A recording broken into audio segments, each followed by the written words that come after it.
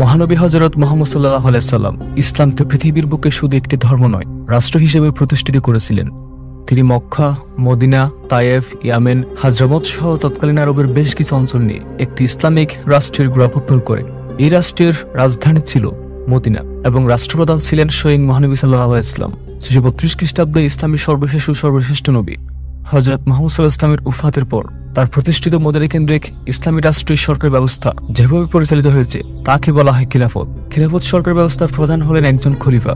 632 সালে হযরত আবু বকর রাদিয়াল্লাহু তাআলা থেকে শুরু করে 1924 সালে সর্বশেষ উসমানী খলিফা দ্বিতীয় আব্দুল মজিদ পর্যন্ত প্রায় 1300 বছর খিলাফত শাসন কায়েম ছিল। এই সুদীর্ঘ সময়ে প্রায় 103 জন খলিফা ইসলামী রাষ্ট্র এবং মুসলিম জাতিকে নেতৃত্ব দিয়েছিল। আজকের ভিডিওতে আপনাদের জানাবো দীর্ঘ সময় ধরে কায়েম থাকা ইসলামী খিলাফতের ইতিহাস এবং উত্থান ও পতন সম্পর্কে। তাই ভিডিওটি সম্পূর্ণ দেখুন, আর নতুন হলে আমাদের চ্যানেলটি সাবস্ক্রাইব করে পাশে থাকা বেল আইকনটি প্রেস করার অনুরোধ থাকলো।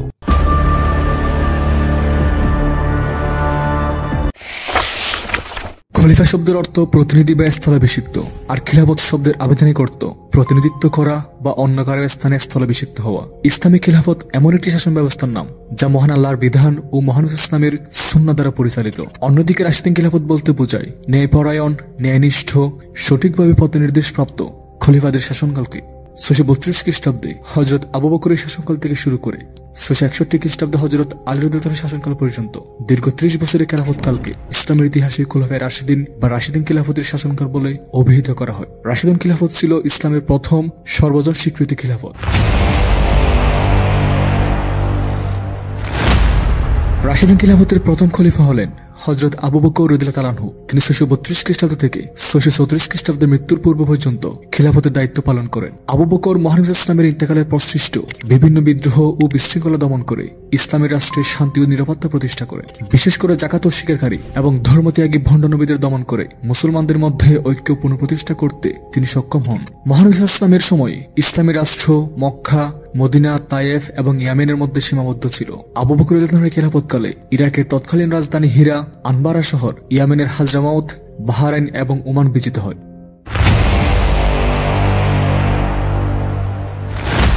আবু বকর রাদিয়াল্লাহু ইন্তেকালের পর 634 খ্রিস্টাব্দে হযরত উমর রাদিয়াল্লাহু তাআলা আনহু ইসলামের দ্বিতীয় খলিফা হিসেবে অভিষিক্ত হন। তিনি প্রায় 10 বছর ইসলামী বিশ্বের নেতৃত্ব প্রদান করেন। হযরত উমরের খিলাফতকে সম্প্রসারণের যুগ বলা হয়, কারণ এই সময় মুসলমানরা একদিকে বিশাল পারস্য সাম্রাজ্য, অপরদিকে বাইজেন্টাইন সাম্রাজ্যের রাজ্যসমূহ জয় করে ইসলামের শাসনাধীন আনয়ন করেন। তার খিলাফতকালে মুসলমানরা পারসিকদের পরাজিত করে Madain, Kufa, Basra, Istakhr, Isfahan, Fars, Kirman, Tabaristan, Azerbaijan, Khorasan, Sistan, Makran প্রভৃতি শহর বিজয় করে। অপরদিকে বাইজেন্টাইন খ্রিস্টানদের পরাজিত করে সিরিয়া, জেরুজালেম, মিশর, উত্তর আফ্রিকা, ত্রিপুলি, বার্কা সহ আরো অনেক শহর ও নগর বিজয় করে।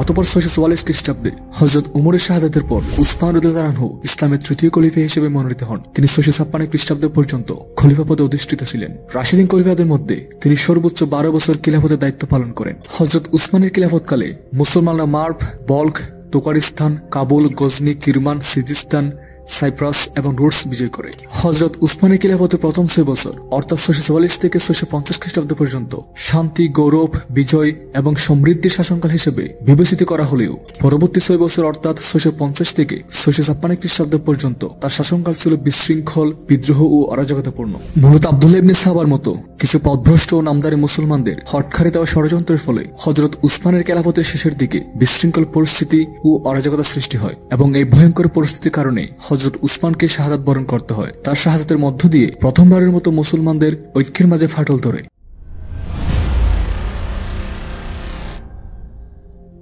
হযরত উসমানের শাহাদাতের পর আলী রাদিয়াল্লাহু আনহু রাশিদিন খিলাফতের চতুর্থ এবং শেষ খলিফা হিসেবে মনোনীত হন। তার খিলাফতকালে হযরত উসমান হত্যার তাৎক্ষণিক বিচারকে কেন্দ্র করে মুসলমানদের মাঝে অসন্তোষের দানা বাঁধতে থাকে, কিন্তু প্রতিকূল অবস্থার কারণে হযরত আলীর পক্ষে তাৎক্ষণিক বিচার কাজ আরম্ভ করা সম্ভব হয়নি। ফলে 656 খ্রিস্টাব্দে এই ঘটনার প্রেক্ষাপটে সংঘটিত হয় মুসলমানদের মধ্যে প্রথম গৃহযুদ্ধ, যা উষ্ট্র যুদ্ধ নামে পরিচিত। এই যুদ্ধের মাধ্যমে মুসলমানদের মধ্যে মতবিরোধের অবসান ঘটলেও প্রথমবারের মতো নিজেদের মাঝে ঐক্য বিনষ্ট হয়। যুদ্ধের পর 657 খ্রিস্টাব্দে হযরত আলী মদিনা থেকে ইরাকের কুফায় ইসলামী রাষ্ট্রের রাজধানী স্থানান্তর করেন। কুফায় রাজধানী স্থানান্তরের পর ইসলামী রাষ্ট্রের ঐক্য ও অখণ্ডতা রক্ষার্থে বিদ্রোহী শাসনকর্তাদের তার আনুগত্য স্বীকার করার নির্দেশ প্রদান করেন। কিন্তু হযরত উসমানের হত্যাকারীদের বিচার ও উপযুক্ত শাস্তির প্রদানের দাবিতে সিরিয়ার প্রাদেশিক শাসক মুয়াবিয়া রাদিয়াল্লাহু আনহু এর বিরোধিতা করে। ফলে হযরত মুয়াবিয়া এবং হযরত আলীর মধ্যে দ্বন্দ্ব দেখা দেয় এবং এই দ্বন্দ্বের প্রেক্ষাপটে উভয় পক্ষের মধ্যে 557 খ্রিস্টাব্দে সংঘটিত হয় ঐতিহাসিক সিফিনের যুদ্ধ।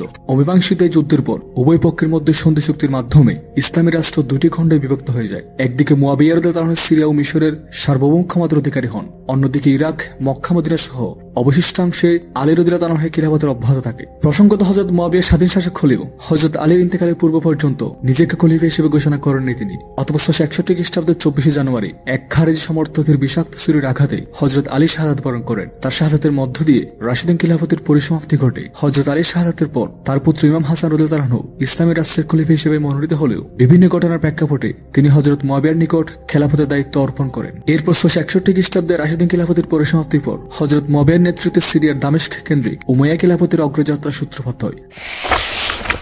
661 খ্রিস্টাব্দে ইসলামের চতুর্থ এবং সর্বশেষ রাশিদিন খলিফা আলী রাদিয়াল্লাহু আনহুর ইন্তেকালের পর খিলাফত প্রশ্নে মুসলিম বিশ্ব দ্বিধাবিভক্ত হয়ে যায়। এক পক্ষ আলী রাদিয়াল্লাহু আনহুর জ্যেষ্ঠ পুত্র হাসানকে খলিফা হিসেবে নির্বাচিত করে, অপর পক্ষ সিরিয়া এবং মিশরের শাসক হযরত মুয়াবিয়াকে সমর্থন করে। খেলাফতের প্রশ্নে মুসলিম উম্মাহর ঐক্যে ফাটল দেখা দিলে হযরত মুয়াবিয়া হযরত হাসানের সাথে একটি সন্ধি চুক্তি করে। এই চুক্তির মাধ্যমে হযরত হাসান মুয়াবিয়াকে খিলাফতের দায়িত্ব প্রদান করেন। হযরত মুয়াবিয়ার পূর্বপুরুষ উমাইয়ার নাম অনুসারে তার প্রতিষ্ঠিত খিলাফতের নামকরণ করা হয় উমাইয়া খিলাফত নামে। আর এভাবে রাশিদিন খিলাফতের পরিসমাপ্তি ঘটে এবং হযরত মুয়াবিয়ার নেতৃত্বে উমাইয়া খিলাফতের উত্থান হয়। হযরত মুয়াবিয়ার খিলাফত লাভের পর তিনি ইসলামী খিলাফতের রাজধানী কুফা থেকে সিরিয়ার দামেস্কে স্থানান্তর করেন।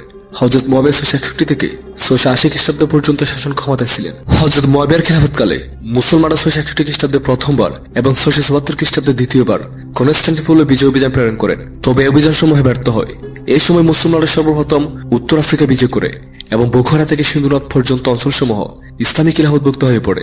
679 খ্রিস্টাব্দে হযরত মুয়াবিয়া তার নিজ পুত্র ইয়াজিদকে পরবর্তী খলিফা হিসেবে মনোনয়ন দান করেন। তার এই মনোনয়নের মাধ্যমে রাশিদিন খিলাফতের গণতান্ত্রিক নির্বাচন পদ্ধতি বিলুপ্ত ঘটে। ইসলামী শাসনতান্ত্রিক ইতিহাসে প্রথমবারের মতো রাজতান্ত্রিক শাসন ব্যবস্থা সূত্রপাত হয়। উমাইয়া খলিফারা বংশানুক্রমিকভাবে ক্ষমতায় আরোহণ করতেন বলে উমাইয়া খিলাফতকে উমাইয়া রাজবংশ নামে অভিহিত করা হয়। 680 খ্রিস্টাব্দে মুয়াবিয়ার মৃত্যুর পর দ্বিতীয় উমাইয়া খলিফা হিসেবে তার পুত্র ইয়াজিদ দামেস্কের সিংহাসন আরোহণ করেন। তিনি 680 থেকে 683 খ্রিস্টাব্দ পর্যন্ত ক্ষমতায় ছিলেন। তার শাসন আমলের সবচেয়ে কলঙ্কজনক অধ্যায় হল কারবালার প্রান্তরে হযরত আলীর কনিষ্ঠ পুত্র ইমাম হুসেনের পরিবারবর্গ সহ হত্যাকাণ্ড। এই হত্যাকাণ্ডের ফলে শিয়া মতবাদের জন্ম হয়, যা পরবর্তী ইসলামী বিশ্বের জন্য বড় ধরনের হুমকি হয়ে দাঁড়িয়েছিল। এমনকি বর্তমান মুসলিম বিশ্বেও শিয়া সুন্নি দ্বন্দ্বের ফল ভোগ করছে। তাছাড়া এই ঘটনার ফলে ইসলামী খেলাফতের ঐক্য ফাটল ধরে।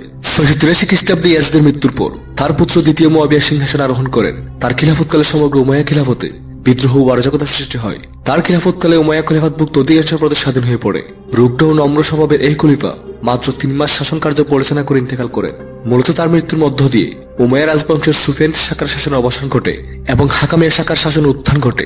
684 খ্রিস্টাব্দে চতুর্থ উমাইয়া খলিফা দ্বিতীয় মুয়াবিয়ার ইন্তেকালের পর মারওয়ান সিংহাসন আরোহণ করেন। তিনি 684 থেকে 685 খ্রিস্টাব্দ পর্যন্ত 1 বছর রাজত্ব করেন। খলিফা মারওয়ান ছিলেন উমাইয়ার পুত্র আল হাকামের পুত্র, তাই মারওয়ানের বংশের খলিফাদের হাকামিয়া শাখার খলিফা হিসেবে অভিহিত করা হয়। খলিফা মারওয়ান জেরুজালেম, জর্ডান, মিশর এবং সিরিয়া পুনরুদ্ধার করতে সক্ষম হন। 685 খ্রিস্টাব্দে মারওয়ানের ইন্তেকালের পর তার জ্যেষ্ঠ পুত্র আব্দুল মালিক উমাইয়া খিলাফতের সিংহাসন আরোহণ করেন। পঞ্চম উমাইয়া খলিফা আব্দুল মালিক 685 খ্রিস্টাব্দ থেকে 705 খ্রিস্টাব্দ পর্যন্ত দীর্ঘ 20 বছর রাজত্ব করেন।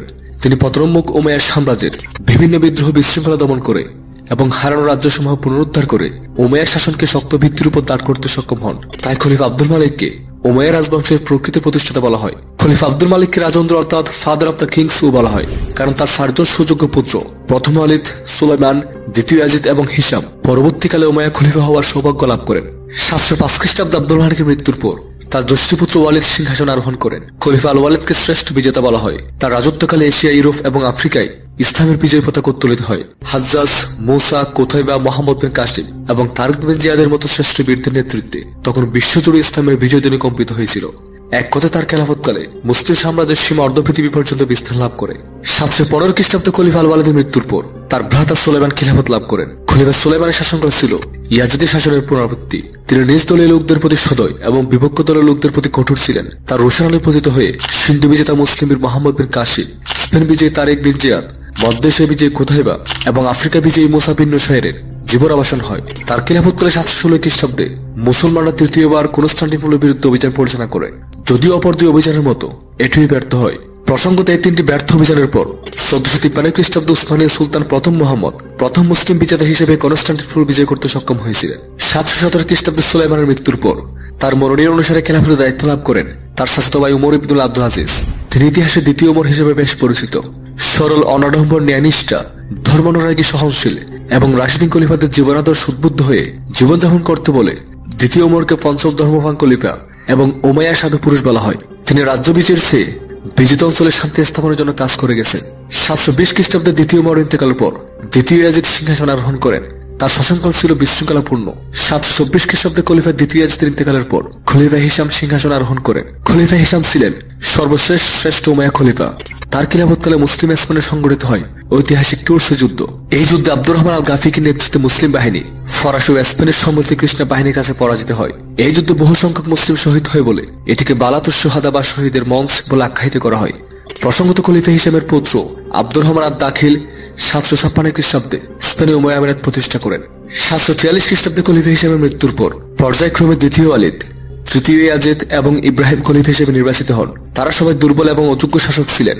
744 খ্রিস্টাব্দে খলিফা ইব্রাহিমের মৃত্যুর পর দামেস্কের সিংহাসন আরোহণ করেন চতুর্দশ ও শেষ উমাইয়া খলিফা দ্বিতীয় মারওয়ান। দ্বিতীয় মারওয়ান রাজত্বকালে ইরাক ও খুরাসানে মানুষ ইসলামের চাচা আব্বাসের বংশধররা উমাইয়া খলিফাদের দমন পীড়ন এবং অনিসলামিক কার্যকলাপের অভিযোগে উমাইয়া বিরোধী আব্বাসী আন্দোলনের সূচনা করে। 749 খ্রিস্টাব্দে আবুল আব্বাস আস-সাফার নেতৃত্বে এই আন্দোলন চূড়ান্ত লাভ করে। খলিফা দ্বিতীয় মারওয়ান আব্বাসী আন্দোলন দমনের উদ্দেশ্যে যুদ্ধ অভিযান প্রেরণ করলে জাব নদীর তীর উভয় পক্ষের মধ্যে 750 খ্রিস্টাব্দে সংঘটিত হয় ঐতিহাসিক জাবের যুদ্ধ। এই যুদ্ধ খলিফা দ্বিতীয় মারওয়ান আব্বাসীদের নিকট পরাজিত নিহত হন। তার মৃত্যুর মধ্য দিয়ে মুআবিয়া কর্তৃক প্রতিষ্ঠিত উমাইয়া খিলাফতের পতন ঘটে এবং আবুল আব্বাস আস-সাফার নেতৃত্বে আব্বাসী খিলাফতের উত্থান হয়। 749 খ্রিস্টাব্দের 30 অক্টোবর রোজ বৃহস্পতিবার উমাইয়া শাসনে অধিষ্ঠিত হয়ে হাশেমি গোত্রের অন্যতম একটি শাখা আব্বাসীগণ তাদের নেতা আবুল আব্বাসকে কুফার জামে মসজিদে খলিফা হিসেবে ঘোষণা করে। প্রসঙ্গত মহান ইসলামের চাচা আব্বাসের বংশধররা আব্বাসী হিসেবে পরিচিত। আবুল আব্বাসের খলিফা ঘোষিত হওয়ার সংবাদ শুনে শেষ উমাইয়া খলিফা দ্বিতীয় মারওয়ান বিচলিত হয়ে পড়েন। অতঃপর লক্ষাধিক সৈন্যের বিশাল বাহিনী নিয়ে আব্বাসীদের দমনের উদ্দেশ্যে দামেস্ক থেকে কুফার দিকে যুদ্ধযাত্রা করে। অতঃপর 750 খ্রিস্টাব্দে টাইগ্রিস নদীর অববাহিকায় জাব নদীর তীরে উমাইয়া ও আব্বাসী বাহিনীর মধ্যে এক রক্তক্ষয়ী যুদ্ধ সংঘটিত হয়। ইসলামের ইতিহাসে এটি জাবের যুদ্ধ নামে পরিচিত। এই যুদ্ধে শেষ উমাইয়া খলিফা দ্বিতীয় মারওয়ান আব্বাসীদের নিকট পরাজিত নিহত হয়। মূলত তার পরাজয়ের মাধ্যমে উমাইয়া রাজবংশ বা খিলাফতের পতন ঘটে এবং আবুল আব্বাসের খলিফা হওয়ার মধ্য দিয়ে আব্বাসী খিলাফত বা রাজবংশের উত্থান হয়। খিলাফত লাভের পর আবুল আব্বাস দামেস্ক থেকে কুফার নিকটে অবস্থিত আনবার শহরে আব্বাসী খিলাফত তথা ইসলামী সাম্রাজ্যের রাজধানী স্থাপন করেন। এরপর তিনি উমাইয়াদের কঠোর হস্ত দমন করেন। উমাইয়াদের উপর তার পরিচালিত অত্যাচারের কারণে তাকে আস-সাফা বা রক্তপিপাসু উপাধিতে ভূষিত করা হয়। তবে উমাইয়া খলিফা হিশামের পুত্র যুবরাজ আব্দুর রহমান স্পেনে পাড়ি দিতে সক্ষম হন এবং তিনি পরবর্তীতে স্পেনে স্বাধীন উমাইয়া আমিরাত প্রতিষ্ঠা করেন। 754 খ্রিস্টাব্দে আব্বাসী খিলাফতের প্রতিষ্ঠাতা ও প্রথম খলিফা আবুল আব্বাস আস-সাফার মৃত্যুর পর তার ভ্রাতা আবু জাফর আল মনসুর বা বিজয়ী উপাধি ধারণ করে বাগদাদের সিংহাসন আরোহণ করেন। তিনি 762 খ্রিস্টাব্দে আনবার থেকে বাগদাদের রাজধানী স্থানান্তর করেন। খলিফা আল মনসুর রাজ্যের বিদ্রোহ দমন, রাজ্য বিস্তার ও জ্ঞান বিজ্ঞানে প্রভূত অবদান রেখে আব্বাসী রাজবংশকে শক্ত ভিত্তির উপর প্রতিষ্ঠা করতে সক্ষম হন। তাই খলিফা আবু জাফরকে আব্বাসী খিলাফতের প্রকৃতির প্রতিষ্ঠাতা বলা হয়। তার শাসন আমলে 756 খ্রিস্টাব্দে পলাতক উমাইয়া যুবরাজ আব্দুর রহমান আদ দাখিল স্পেনে স্বাধীন উমাইয়া আমিরাত প্রতিষ্ঠা করেন। খলিফা আল মনসুর স্পেন থেকে উমাইয়াদের বিতাড়ন করে আব্বাসী শাসন প্রতিষ্ঠার উদ্দেশ্যে উত্তর আফ্রিকার শাসক আল মুগিসির নেতৃত্বে স্পেনে উমাইয়াদের বিরুদ্ধে যুদ্ধভিযান প্রেরণ করেন। কিন্তু এই যুদ্ধ উমাইয়াদের কাছে আব্বাসীয় বাহিনী শোচনীয়ভাবে পরাজয় বরণ করে। অতঃপর আব্দুর রহমান আব্বাসী সেনাপতির ছিন্নমস্তক খলিফার কাছে প্রেরণ করলে তিনি বিস্মিত হয়ে যান এবং আব্দুর রহমান আদ দাখিলকে ফ্যালকন অব দ্য আরব বা আরবদের বাজপাখি উপাধিতে ভূষিত করেন। এমনকি এরপর আর কোনো আব্বাসী খলিফা স্পেন বিজয়ের সাহস করেননি। 775 খ্রিস্টাব্দে খলিফা আল মনসুরের মৃত্যুর পর তার পুত্র আল মাহদী সিংহাসন আরোহণ করেন। তিনি 775 থেকে 785 খ্রিস্টাব্দ পর্যন্ত ক্ষমতায় ছিলেন। তিনি ভণ্ডনবী মোখান্না ও পথভ্রষ্ট জিন্দিক সম্প্রদায় দমন এবং বাইজেন্টের আক্রমণ প্রতিহত করে আব্বাসী খিলাফতকে সুসংহত করেন। 785 খ্রিস্টাব্দে খলিফা আল মাহাদের মৃত্যুর পর তার জ্যেষ্ঠ পুত্র আল হাদি খিলাফতের দায়িত্ব লাভ করেন। কিন্তু 786 খ্রিস্টাব্দে খলিফা আল হাদির আকস্মিক মৃত্যুর পর তার ভ্রাতা হারুন রশিদ খিলাফতের দায়িত্ব গ্রহণ করেন। খলিফা হারুন রশিদ অভ্যন্তরীণ ও বৈদেশিক বিদ্রোহ দমন করে আব্বাসী খিলাফতকে ধ্বংসের হাত থেকে রক্ষা করেন। তিনি রোমান বাইজেন্টের সম্রাট নাইসিফুরাসকে 3 বার পরাজিত করার পরও প্রতিবার ক্ষমা করে ইতিহাসে তিনি ক্ষমাশীল হিসেবে বিখ্যাত হয়ে আছেন। তার শাসন আমলে বাগদাদ পৃথিবীর সেরা নগরীতে পরিণত হয়। এমনকি বিখ্যাত আরব্য উপন্যাস আলিফ লাইলা এই বাগদাদকে কেন্দ্র করে রচিত হয়েছিল। খলিফা হারুন রশিদ সাম্রাজ্যে বিদ্রোহ দমন, রাজ্য বিজয়, জ্ঞান বিজ্ঞান ও শিক্ষা গবেষণার উন্নয়নের মাধ্যমে ইসলামের স্বর্ণযুগের সূচনা করেন। ইসলামের ইতিহাসের এই মহান খলিফা 809 খ্রিস্টাব্দে মৃত্যুর পথে যাত্রী হন। তার মৃত্যুর পর জ্যেষ্ঠ পুত্র আল আমিন বাগদাদের সিংহাসনে আরোহণ করেন। তিনি 809 থেকে 813 খ্রিস্টাব্দ পর্যন্ত শাসন ক্ষমতায় ছিলেন। 813 খ্রিস্টাব্দে খলিফা আল আমিনের মৃত্যুর পর আল মামুন বাগদাদের সিংহাসনে অধিষ্ঠিত হন। খলিফা আল মামুনের শাসনকাল আব্বাসী খিলাফতের এক গৌরবময় যুগ। তিনি নিজেও একজন বিদ্বান শাসক ছিলেন। 830 খ্রিস্টাব্দে জ্ঞান বিজ্ঞানের অগ্রগতিকে প্রাতিষ্ঠানিক রূপ দেওয়ার জন্য তিনি বাইতুল হিকমা বা হাউস অব উইজডম প্রতিষ্ঠা করেন। তৎকালীন বিশ্বের বিভিন্ন প্রান্ত থেকে জ্ঞান পিপাসুরা এই শিক্ষানিকেতনে জ্ঞান লাভের উদ্দেশ্যে আগমন করতেন। জ্ঞান বিজ্ঞানের প্রত্যক্ষ ভূমিকা রাখার কারণে খলিফা আল মামুনের শাসনকালকে ইসলামের ইতিহাসের স্বর্ণযুগ হিসেবে চিহ্নিত করা হয়। 833 খ্রিস্টাব্দে খলিফা আল মামুনের মৃত্যুর পর মুতাসিম বিল্লাহ আব্বাসী বংশের ক্ষমতায় আসীন হন। খলিফা মুতাসিম বিল্লাহকে আব্বাসী খেলাফতের শেষ শক্তিশালী খলিফা হিসেবে বিবেচিত করা হয়, কারণ তার পরবর্তী খলিফারা অন্য কোন রাজবংশ কিংবা সালতানাতের অধীনে নামমাত্র খলিফা হিসেবে সিংহাসন অধিষ্ঠিত ছিলেন। খলিফা মুতাসিম নিজ সৈন্যবাহিনীর আরব ও পারসিক সৈন্যদের ক্ষমতা হ্রাস করার জন্য মধ্য এশিয়ার সমরকন্দ, বুখারা, নিশাপুর, খোরাসান প্রভৃতি অঞ্চল থেকে হাজার হাজার নৌ-মুসলিম তুর্কি যুবক এনে একটি বিশাল তুর্কি দেহরক্ষী বাহিনী গঠন করেন। প্রথম দিকে খলিফা মুতাসিম এই তুর্কি বাহিনী নিয়ে সাম্রাজ্যের বিদ্রোহ বিশৃঙ্খলা দমন করতে সক্ষম হন, কিন্তু পরবর্তীতে এই বাহিনীর স্বেচ্ছাচারিতা, লুণ্ঠন ও অত্যাচারের কারণে তৎকালীন বিশ্বের সর্বশ্রেষ্ঠ সমৃদ্ধ নগরী বাগদাদের জনজীবন অতিষ্ঠ হয়ে পড়ে। তাই খলিফা মুতাসিম বিল্লাহ বাধ্য হয়ে 836 খ্রিস্টাব্দে আব্বাসী খিলাফতের রাজধানী জ্ঞান বিজ্ঞানের নগরী বাগদাদ থেকে 60 মাইল উত্তরে সামারা নামক শহরে স্থানান্তর করেন। এই নগর দীর্ঘ 56 বছর অর্থাৎ 836 থেকে 892 খ্রিস্টাব্দে পর্যন্ত আব্বাসীয় সাম্রাজ্যের রাজধানী হিসেবে বিবেচিত ছিল। অতঃপর 842 খ্রিস্টাব্দে খলিফা মুতাসিম বিল্লাহর মৃত্যুর পর তুর্কি দেহরক্ষীর আব্বাসী খিলাফতের সর্বময় ক্ষমতার অধিকারী হয়ে ওঠে। তারা আমিরুল উমরা উপাধি ধারণ করে 842 থেকে 944 খ্রিস্টাব্দে পর্যন্ত দীর্ঘ প্রায় 100 বছর 14 জন দুর্বল আব্বাসী খলিফার প্রতিনিধিত্ব করে। এই সময় খলিফারা ছিল তাদের হাতের ক্রীড়ানক। তারা যাকে ইচ্ছে সিংহাসন আরোহণ করাতো এবং যাকে ইচ্ছে পদচ্যুত করত। আব্বাসী খলিফাতের দুর্বলতার সুযোগে এই সময় ইসলামী বিশ্বের 3টি খিলাফতের উত্থান হয়। আব্বাসী খিলাফত ব্যতীত অপর 2টি খিলাফত হল উত্তর আফ্রিকা ও মিশরের ফাতেমি এবং স্পেনের উমাইয়া খিলাফত। অতঃপর 944 খ্রিস্টাব্দে খলিফা মুস্তাকফি বিল্লাহ তুর্কি আমির উমরা ও সৈন্যবাহিনীর অত্যাচারে অতিষ্ঠ হয়ে তাদের থেকে চিরতরে মুক্তি লাভের উদ্দেশ্যে তৎকালীন পারস্যের শিয়াপন্থী ওয়াহিদ রাজবংশের আমির মইজুদ্দৌলাকে বাগদাদে আমন্ত্রণ জানান। ওয়াহিদ আমির মইজুদ্দৌলা 944 খ্রিস্টাব্দে সৈন্য নিয়ে বাগদাদে যুদ্ধ অভিযান পরিচালনা করে তুর্কি দেহরক্ষী বাহিনীকে পরাজিত করে তুর্কি বাহিনী ও আমির উমরা শাসনের অবসান ঘটান এবং বাগদাদে ওয়াহিদ শাসন প্রতিষ্ঠা করেন। কিন্তু পরিতাপের বিষয় হল শিয়াপন্থী ওয়াহিদ রাজবংশকে বাগদাদে আমন্ত্রণ জানিয়ে আব্বাসী খলিফা মুস্তাকফি বিল্লাহ মূলত খাল কেটে কুমির এনেছিল। কেননা তুর্কিদের পতনের পর আব্বাসী খলিফার দুর্বলতা ও অক্ষমতার সুযোগে আমির মইজুদ্দৌলা বাগদাদের সর্বময় ক্ষমতার অধিকারী হয়ে ওঠে। মুস্তাকফিকে নামমাত্র খলিফা রেখে উচ্চবিলে সে মইজুদ্দৌলা খলিফার সকল ক্ষমতা হস্তগত করে এবং তাকে সুলতান উপাধি দান করতে খলিফাকে বাধ্য করে। এভাবে 944 থেকে 1050 খ্রিস্টাব্দ পর্যন্ত দীর্ঘ 100 বছর প্রায় 5 জন আব্বাসী খলিফা নামমাত্র খলিফা হিসেবে বাগদাদের সিংহাসন উপবিষ্ট ছিল। তুর্কি আমির উমরাদের মতো ওয়াহিদরা ও আব্বাসী খলিফাদের নিজেদের ইচ্ছেমতো সিংহাসন আরোহণ এবং সিংহাসনচ্যুত করত। এমনকি তারা এতটাই প্রভাবশালী হয়ে উঠেছে খুতবা এবং মুদ্রায় খলিফার নামের পাশাপাশি তাদের নাম উচ্চারিত এবং অঙ্কিত হতো। তাছাড়া শিয়া ধর্মাবলম্বী ওয়াহিদরা সুন্নি আব্বাসী খলিফাদের পরিবর্তে মিশরের শিয়াপন্থী ফাতিমি খলিফাদের আনুগত্য করত। এভাবে শিয়া মতাবলম্বী ওয়াহিদ শাসকদের দাপটে যখন আব্বাসী সুন্নি খলিফাদের গৌরব ও মর্যাদা বিলুপ্ত হওয়ার উপক্রম হয়েছিল, তখন পারস্যের আলরাই শহরে তুগরিল বেগের নেতৃত্বে উত্থান হয় শক্তিশালী সেলজুক তুর্কি সাম্রাজ্যের। নমুসলিম ধর্মপ্রাণ সেলজুক তুর্কিরা সুন্নি মতের অনুসারে ছিল। তারা পারস্য, খোরাসান, মধ্য এশিয়া, আফগানিস্তান এবং এশিয়া মাইনরে বৃহৎ সাম্রাজ্য প্রতিষ্ঠা করে ওয়াহিদদের কুশাসন ও অত্যাচার অতিষ্ঠ হয়ে তাদের থেকে পরিত্রাণের জন্য আব্বাসী খলিফা কাইম বিল্লাহ সেলজুক সাম্রাজ্যের অধিপতি তুগরিল বেগকে বাগদাদে আমন্ত্রণ জানায়। 1055 খ্রিস্টাব্দে তুগরিল বেগ সৈন্যে বাগদাদে যুদ্ধঅভিযান চালিয়ে ওয়াহিদ আমির মইজুদ্দৌলা ও সেনাপতি বাশাশিরকে পরাজিত বিতাড়িত করে তাদের থেকে বাগদাদ পুনরুদ্ধার করেন। এর মাধ্যমে তিনি আব্বাসী খলিফা এবং ইসলামী খিলাফতের গৌরব ও সম্মান ফিরিয়ে আনেন। এতে খলিফা কাইম বিল্লাহ খুশি হয়ে তুগরিল বেগকে প্রাচ্য প্রাচীর স্বাধীন সুলতান উপাধিতে ভূষিত করে। 1055 থেকে 1060 খ্রিস্টাব্দ পর্যন্ত দীর্ঘ 100 বছর 7 জন আব্বাসী খলিফা সেলজুক সুলতানদের সহযোগিতা ও সমর্থনে খিলাফতের দায়িত্ব পালন করেন। সেলজুক সুলতানরা খলিফাদের প্রতি সম্মান প্রদর্শন এবং মান্য করত। 1160 খ্রিস্টাব্দে শেষ শ্রেষ্ঠ সেলজুক সুলতান আহমেদ সানজারের মৃত্যুর পর খলিফা মুক্তাজির খেলাফতকালে আব্বাসী খিলাফতের উপর সেলজুক আধিপত্যের পরিসমাপ্তি ঘটে। যদিও এই সময় বৃহৎ শক্তিশালী সেলজুক সাম্রাজ্যের পতন ঘটে। এই আব্বাসী খিলাফতের শাসনামলে 1055 খ্রিস্টাব্দে সংঘটিত ঐতিহাসিক ক্রুসেড যুদ্ধ।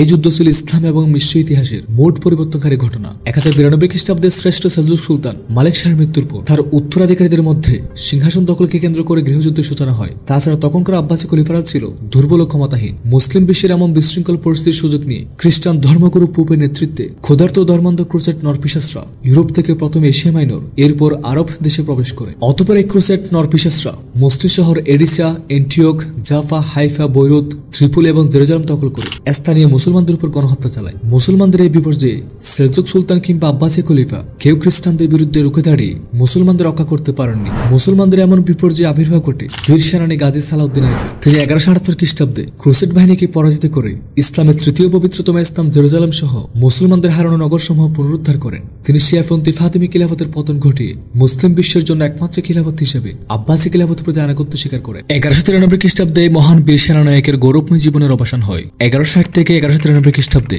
গাজী সালাউদ্দিন আইয়ুবীর মৃত্যু পর্যন্ত মোট 8 জন।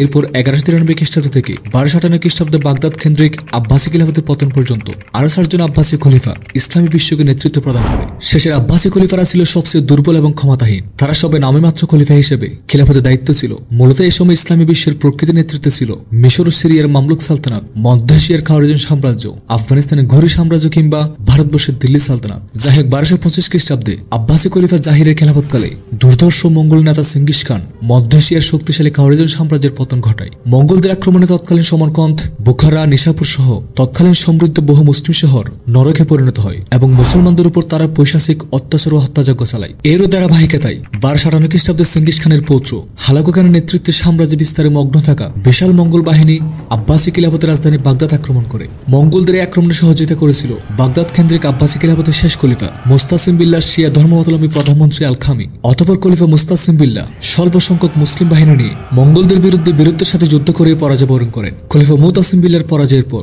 মঙ্গলরা বাগদাদ নগরী দখল করে সমস্ত শহর পুড়িয়ে ধ্বংস করে এবং জনগণের উপর গণহত্যা চালায়।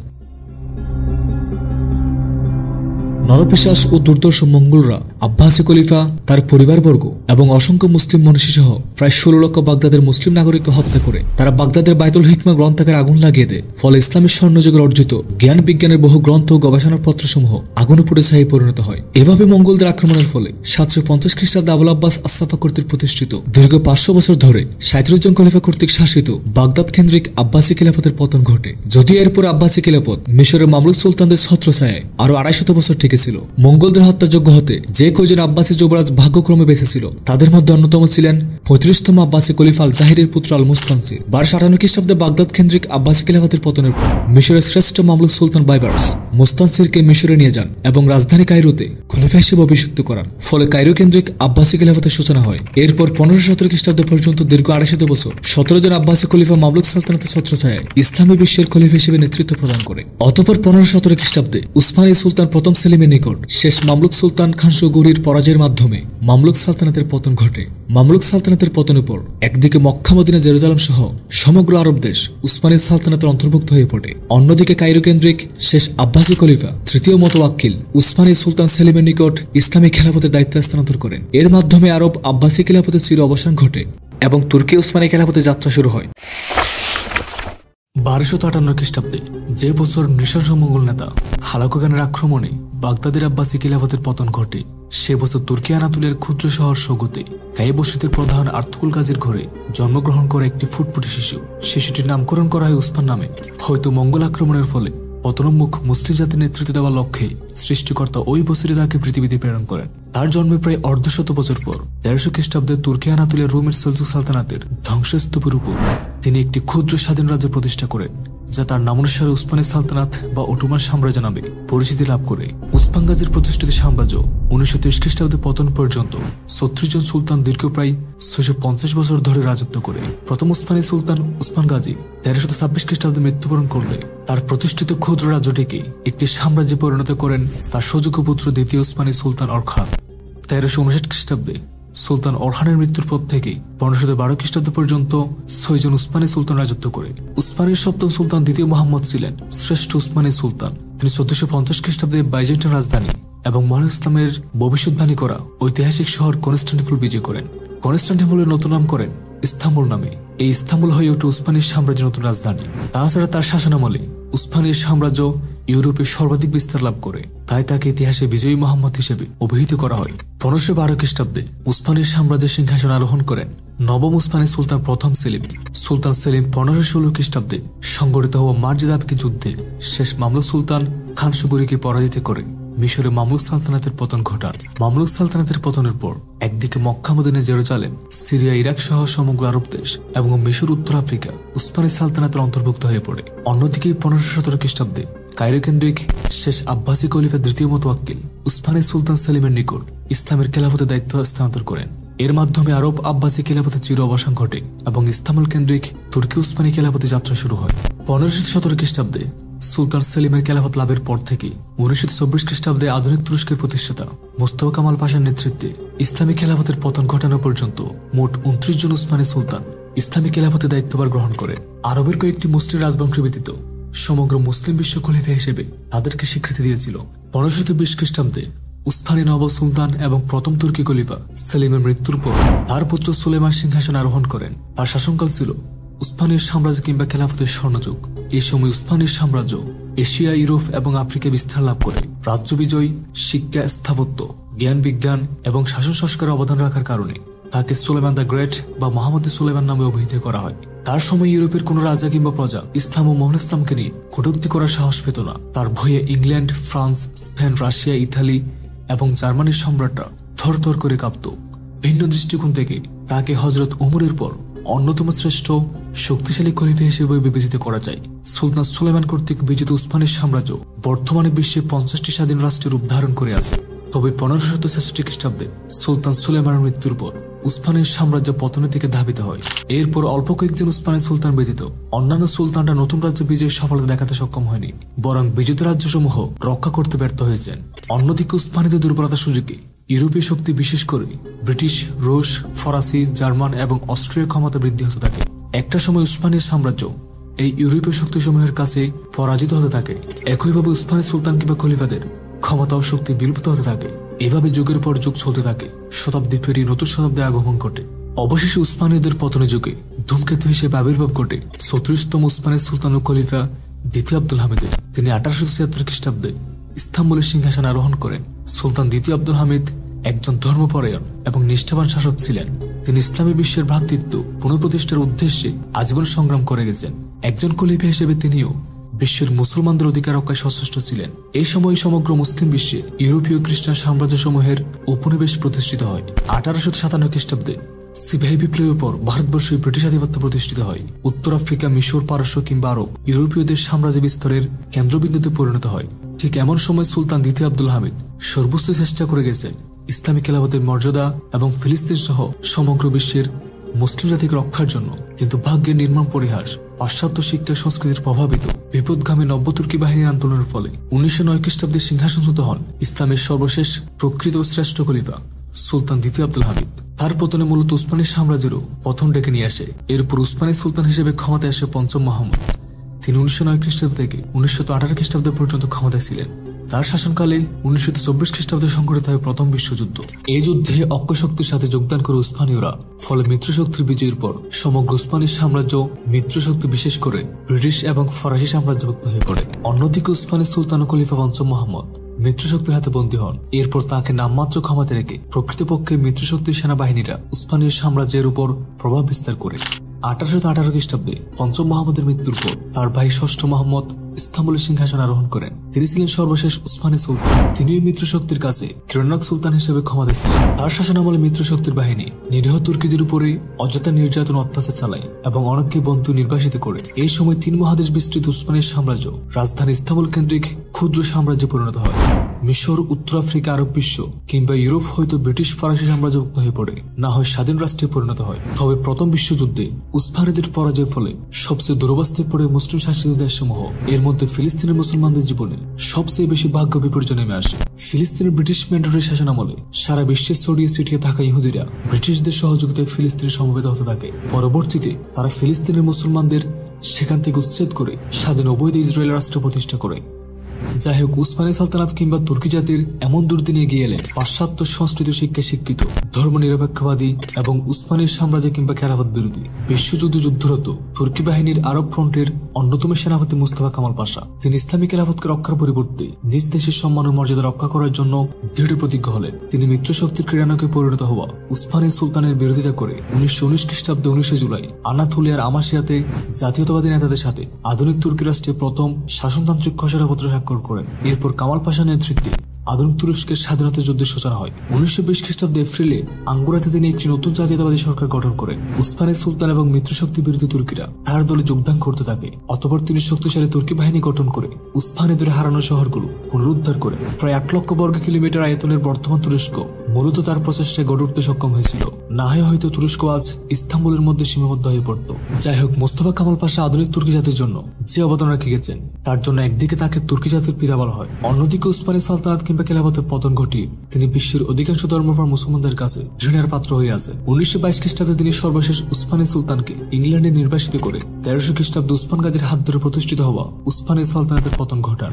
উসমানী সালতানাতের স্থলে তুর্কি জাতির নাম অনুসারে তুরস্ক রাষ্ট্রের আবির্ভাব ঘটে। সালতানাতের পতনের পর আঙ্কারাকে তুরস্কের রাজধানী ঘোষণা করা হয় এবং সেখানে জাতীয়তাবাদী সরকার গঠিত হয়।